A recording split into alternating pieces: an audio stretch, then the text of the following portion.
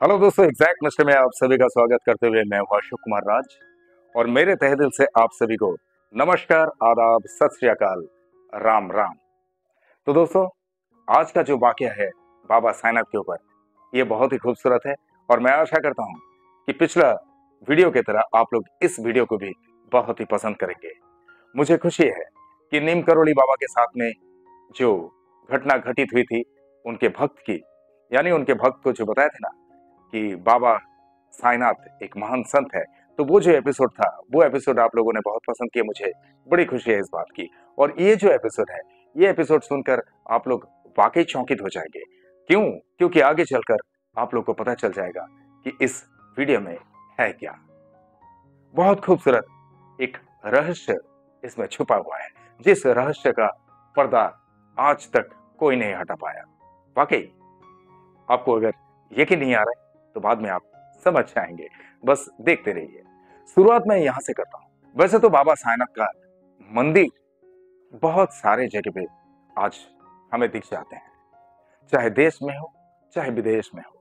कहीं पर भी आप जाएंगे तो बाबा साईनाथ का मंदिर वहां आपको दिखेंगे ही जरूर। और उस मंदिर में बाबा साईनाथ जिस तरह से विराजमान है, वो ठीक शिरडी के जैसे ही मूर्त। तो उसी मूर्त में ही बाबा की पूजा पाठ हर जगह पे, हर मंदिर में की जाती है। यहाँ तक कि हर घर में भी अगर आप मूर्त देखेंगे, छोटे या बड़े या मीडियम साइज के, तो सभी उसी तरह का है जो शिरडी में बाबा विराजमान है, जिस मूर्त में। और जिस मूर्त का दर्शन करते हुए हम प्रफुल्लित हो जाते हैं, और उसी रूप को हमने अपने आंखों में, अपने दिलों में, अपने रग रग में बसा लिया। तो ये बात तो मैं आगे करूंगा।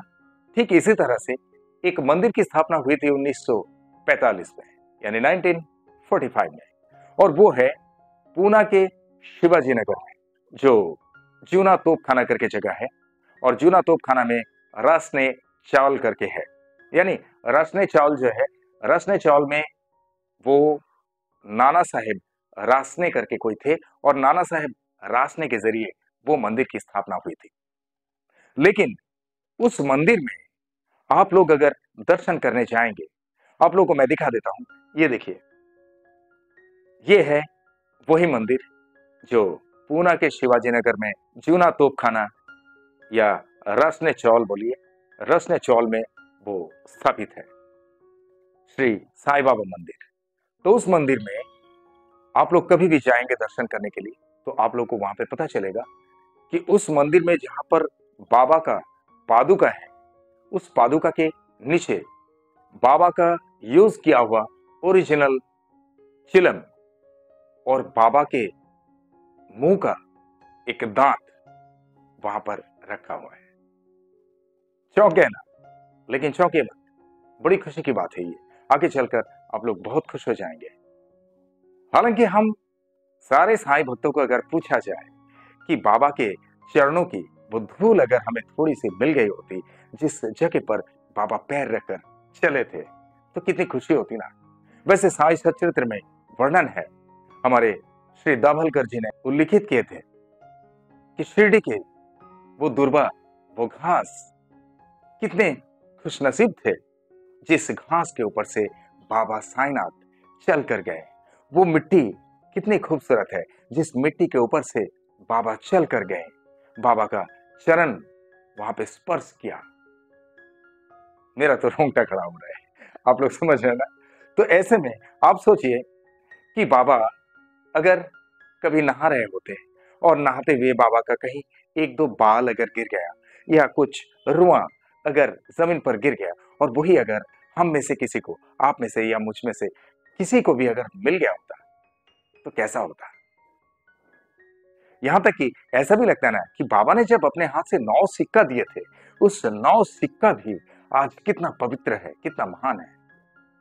तो सोचिए कि जहां पर बाबा साईनाथ का दांत रखा हुआ है, बाबा साईनाथ के खुद के हाथ से प्रयोग किया वो चिलम जहां पर रखा हुआ है, वो कितना पवित्र हो सकता है, और कितनी खूबसूरत नजारा होगा कि जब हम जाकर उस जगह का दर्शन कर सकते हैं, है ना। तो उसी मंदिर की बात मैं आज आप लोगों को सुना रहा हूं, और आगे चल के और भी बात मैं करता रहूंगा। तो क्या है कि बाबा साईंनाथ के एक भक्त थे और वो बाबा साईंनाथ के वहां ट्रस्ट भी थे, जिनका नाम है नाना साहेब रासने। ये है नाना साहेब रासने। और नाना साहेब रासने 1945 में यानी 1945 में इस मंदिर की स्थापना किए थे।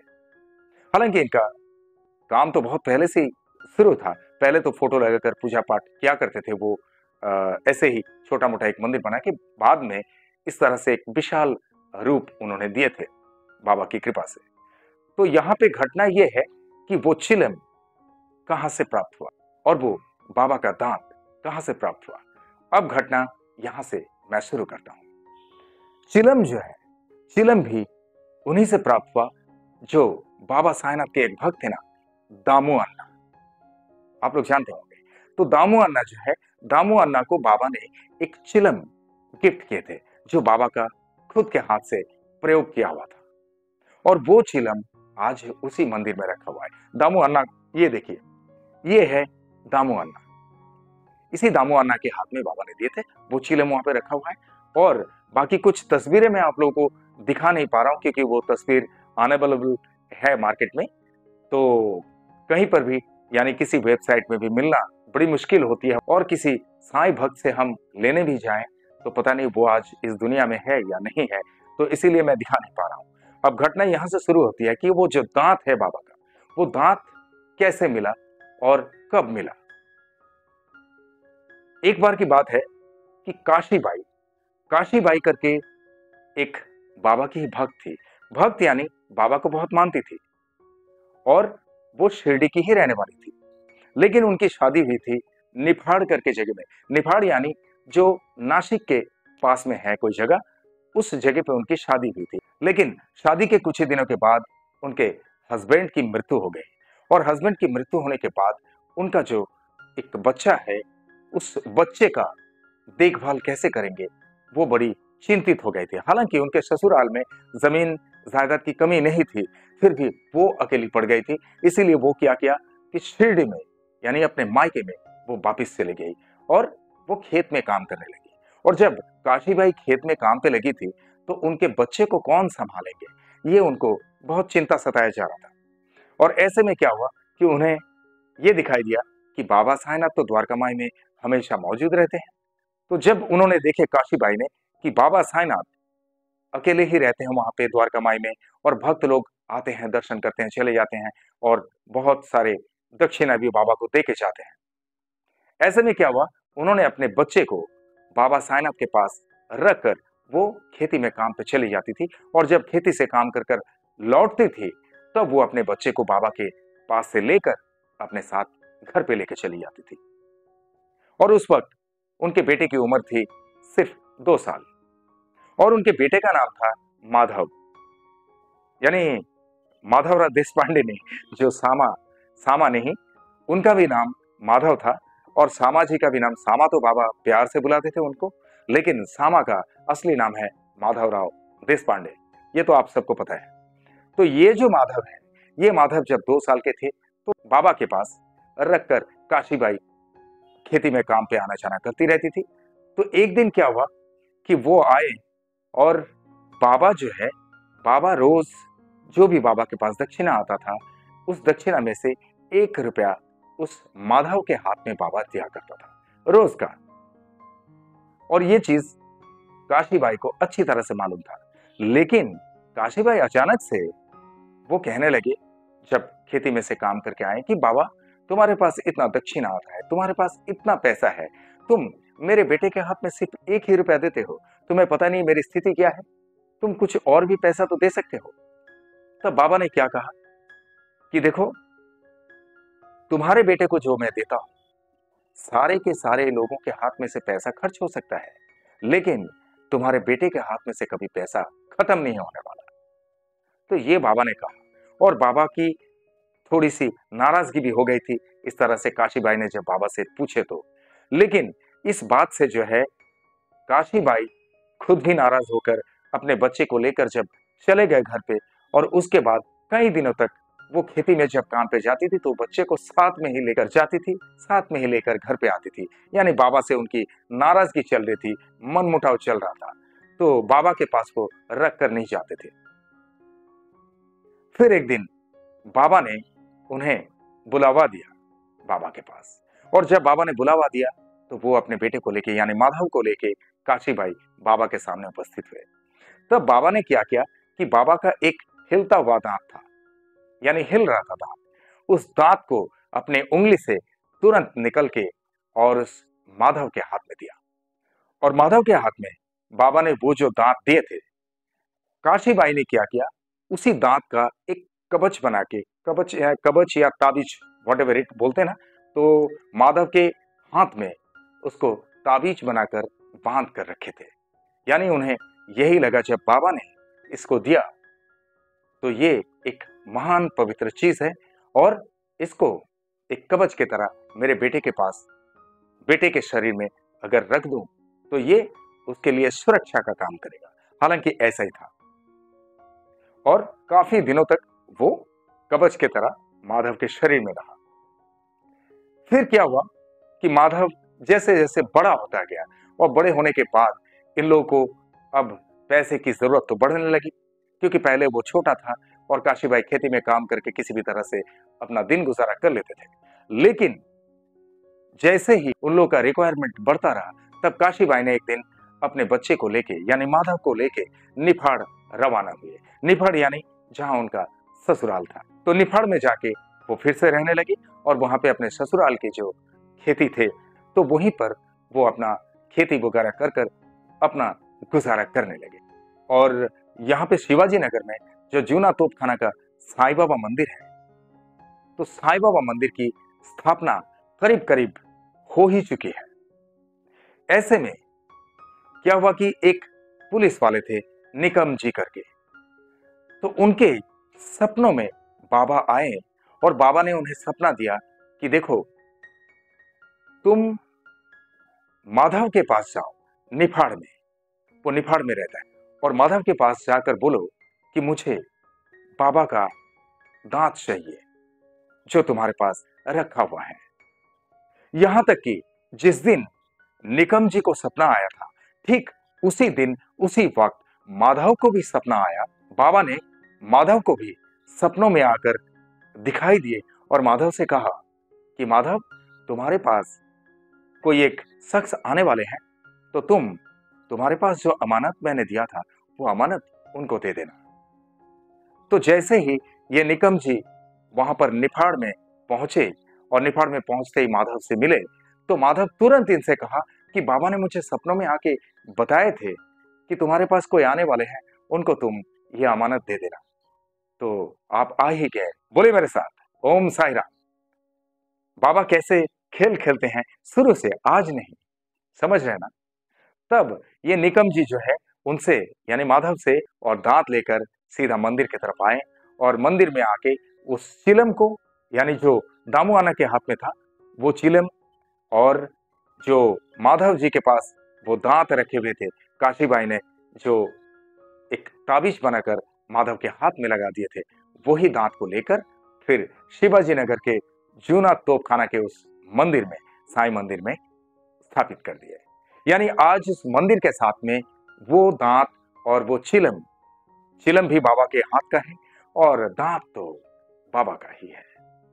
तो आप समझ सकते हैं कि कितनी खूबसूरत बात है ये, और मैं आशा करता हूं कि आप लोगों को अच्छा लगा होगा। आप लोग अगर चाहते हैं उस मंदिर का दर्शन करने के लिए तो जरूर आप लोग पूना में जा सकते हैं। एड्रेस यही है कि शिवाजी नगर, जूना तोपखाना, राशने चौक।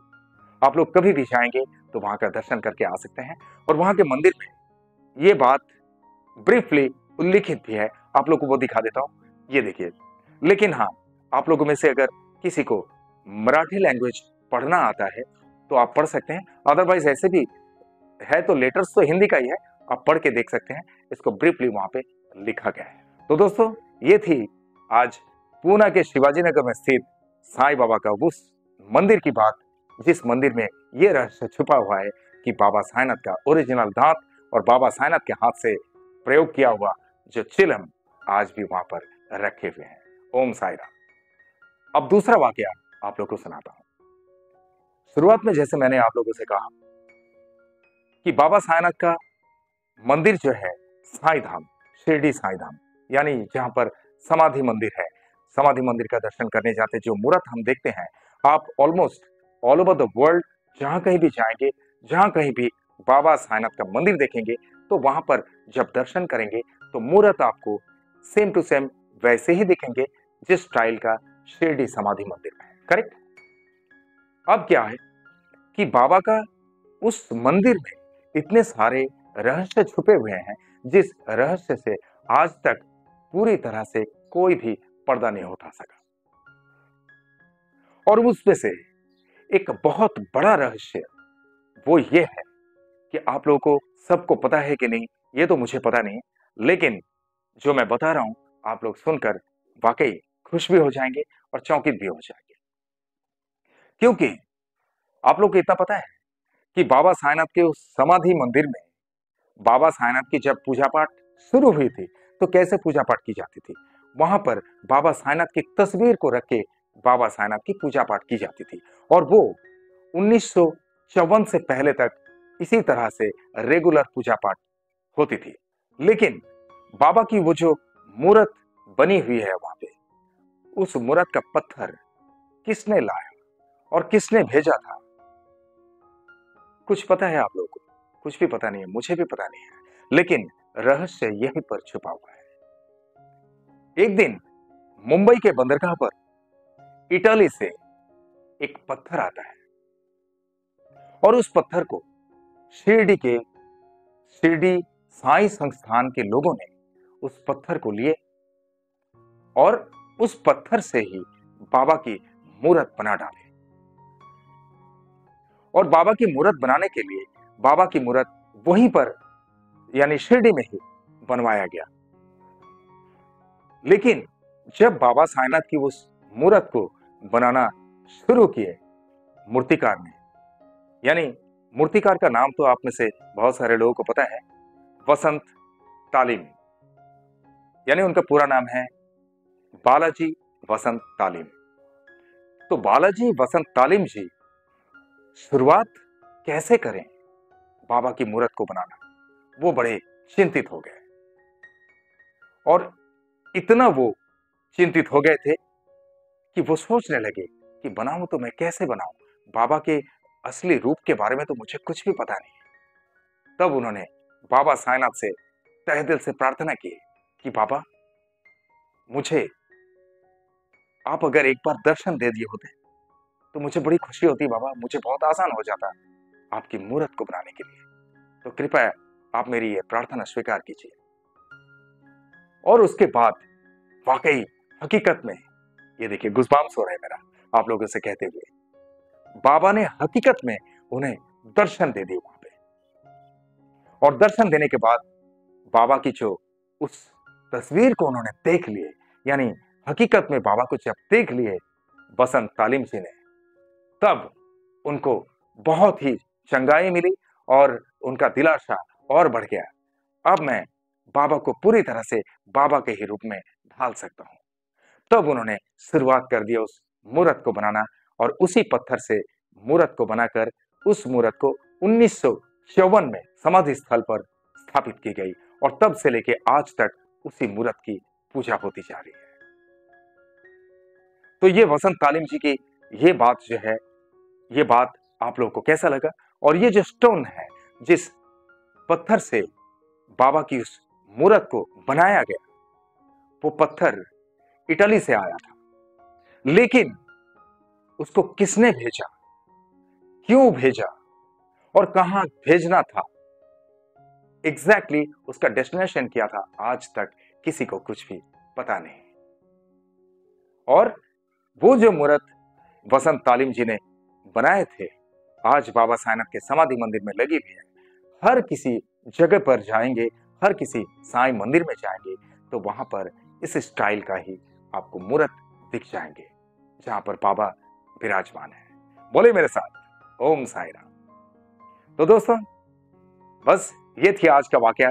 मैं उम्मीद करता हूं कि आज का ये रहस्य भी आप लोग को बहुत अच्छा लगा होगा। लेकिन कितना अच्छा लगा। आप लोग पहले कमेंट में नहीं लिखे थे, बट इस बार कमेंट में लिखना बिल्कुल भूलना नहीं, ठीक है? तो मुझे और हिम्मत मिलेगी, मुझे और ज्यादा प्रेरणा मिलेगी और मैं अच्छे तरीके से बहुत बेहतरीन बेहतरीन वीडियोस आप लोगों के सामने ला सकता हूं, जैसे कि हर भक्तों के साथ घटित हुई लीलाओं को भी मैं लेके आता हूं। तो दोस्तों, आज बस इतना ही। फिर मिलेंगे नेक्स्ट वीडियो में। और आप लोगों से फिर से एक बार कह दूं कि आप लोग जो कोई भी ऐसे हैं जिनके साथ बाबा साईनाथ की लीलाएं कुछ घटित हुई, आप लोग मेरे अंडरलाइन में दिए हुए इस नंबर पे मुझे सीधा संपर्क कर सकते हैं, या तो मुझे व्हाट्सएप में टेक्स्ट भी कर सकते हैं। मैं अपने फ्री टाइम में आपसे संपर्क कर लूंगा और आपके साथ घटित हुई लीलाओं का वीडियो बनाकर मैं इसी तरह से मेरे एग्जैक्ट मिस्ट्री चैनल पर लेके आऊंगा। I promise it. लेकिन अगर आपको फोटो और नाम शेयर करने में कोई दिक्कत नहीं है, तो आप लोग मुझे वीडियो भी सेंड कर सकते हैं। उसमें मुझे थोड़ा सा आसान हो जाएगा, बिकॉज मेरा म्यूजिक के काम के लिए भी मैं थोड़ा सा बिजी चल रहा हूं, इसीलिए समय की थोड़ी सी कमी हो गई। अदरवाइज अगर आप लोग यही चाहते हैं, क्योंकि कुछ कमेंट्स भी मेरे पास आ गए हैं कि आप खुद ही नैरेट कीजिए, आप जब नैरेट करते हैं, आप जब बाबा साईनाथ की घटित लीलाओं को सुनाते हैं तो बड़ा अच्छा लगता है। तो मैं माफी चाहूंगा कि अगर आप लोगों को कुछ अच्छा नहीं लगा होगा या बहुत अच्छा नहीं लगा होगा इसके लिए, लेकिन आगे से मैं कोशिश करूंगी कि हर वीडियो को मैं खुद ही नैरेट करूं। ओके? लेकिन अननेसेसरीली अपना फोटो और नाम शेयर करने में पीछे मत हटना, क्योंकि ऐसे भी कुछ कमेंट्स मेरे पास आ जाते हैं। अभी ये बताएं कुछ लोगों ने कि बाबा के धाम को जो है चलाने वाले वो कुछ पैसा ऐंठने वाले गैंग है, ऐसा वैसा। अगर चाहिए तो मेरे पास कमेंट पड़ा हुआ है, आप लोग जाकर भी देख सकते हैं। मेरा जो नीम करोली वाला जो वीडियो का एपिसोड है उसमें जाइए, आप लोग कमेंट में देख लीजिए। कुछ कमेंट ऐसा ही आया जो दिमाग को चकराने वाला कमेंट है, लेकिन मैं इसको लेके ज्यादा आगे बात नहीं करना चाहता हूं, क्योंकि एक मामूली बंदा भी एक सरसों का जो दाना है वो भी नारियल बन सकता है, यानी वो पॉपुलर हो सकता है इसके लिए। बट आप लोग को देखना है तो नीम करोली वाला जो वीडियो है उसके कमेंट सेक्शन में जाना, कमेंट को देख लेना सबको, तो उसी में से आपको वो कमेंट मिल जाएगा, ठीक है? तो इसीलिए मैं कहता हूं कि बाबा साईनाथ के प्रति इतने सारे टिप्पणियां करते रहते लोग, तो ये जो वीडियो बनाते हैं कभी भी कोई भी ये ना कह सके कि ये नकली बातों को रख रहे हैं। मुझे इस बात का डर है, इसीलिए मैं बोलते रहता हूं कि एनोनिमस रहने लायक अगर कुछ कारण हो तो आप एनोनिमस रह सकते हैं, नो प्रॉब्लम, मैं उसको नैरेट करूंगा डेफिनेटली। और अगर आप फोटो और नाम के साथ भी देते हैं बेहिचक, तो उसको भी मैं नैरेट करने की कोशिश करूंगा मेरे समय के हिसाब से डेफिनेटली। लेकिन फोटो और नाम शेयर करने के लिए अननेसेसरीली बिल्कुल पीछे मत हटना। Okay, that's it. और आप लोग जिस तरह से मुझे प्यार देते आए हैं, जिस तरह से मुझे प्यार करते आए हैं, इसी तरह से हमेशा आप लोग के प्यार की जरूरत है। आप लोग का प्यार हमेशा मेरे सराखों पे है। आप लोग का प्यार मेरे लिए सिर्फ प्यार नहीं, आप लोग का प्यार ही मेरे लिए आशीर्वाद है। आप लोग का प्यार और मेरे साईं की कृपा अगर मेरे साथ में हो तो I can do lot of things. और इसीलिए आप लोग के दिल में एक छोटी सी जगह जरूर रखना जहां पर अशोक कुमार राज वो एग्जैक्ट मिस्ट्री हमेशा के लिए रह सके। ओके? और आप लोग जो भी मेरे इस चैनल में नए हैं, आप लोग मेरे इस चैनल को लाइक करें, शेयर करें, सब्सक्राइब करें एंड बेल आइकन को जरूर दबा दें, ताकि मेरे एग्जैक्ट मिस्ट्री चैनल का हर एक वीडियो का नोटिफिकेशन आप लोगों तक सबसे पहले पहुंचे। और चलते चलते मैं इतना ही कहूंगा दोस्तों, बहुत ख्याल रखिए अपना। जिस तरह से आप लोग बाबा साईनाथ पे भक्ति रखते हैं, इसी तरह से बाबा साईनाथ हमेशा आप सब पर अपनी कृपा दृष्टि रखे, हमेशा आप सब पर अपनी कृपा बरसाते रहे। ये मेरे तहे दिल से आप सबके लिए शुभकामनाएं। और जिस तरह से इत्मीनान से आप लोगों ने ये वीडियो देखे हैं, जिस तरह से अपना कीमती वक्त देकर ये वीडियो देखे हैं, इसके लिए आप सभी को मेरे तहे दिल से बहुत बहुत धन्यवाद के साथ ओम साई राम।